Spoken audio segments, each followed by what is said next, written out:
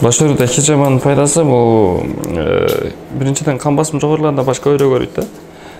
Ошол себептен кан басым жогорулаганда бул мээге кан көбүрөөк кетет да. Мээге кан көбүрөөк кетет, и капиллярный кровопускание деп коет хижаманы.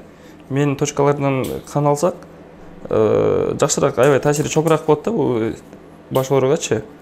Шакыйлары бар, хондростор болот баштан дагы. Травмалар болот ар түрдүү. Центральный нервный система башта, периферический нервный система менен чогуу байланыштуу болгондуктан ошон үчүн башка негизи түздөн түз таасир берет да. Башка хижамалынын да бир нерсеси нерв системасына байланыштуу бул. Эгер бут ооруса же колунун дагы нерв жанынан кеткен болсо, башка койгондо пайдасы көбүрөөк болот да. Коркуунун кажети жок, себеп дегенде хижамада айтылат бул пайдадан бөлөк зыяны жок депчи. Пайдасы болот, бирок зыяны болбойт да эч кандайчы.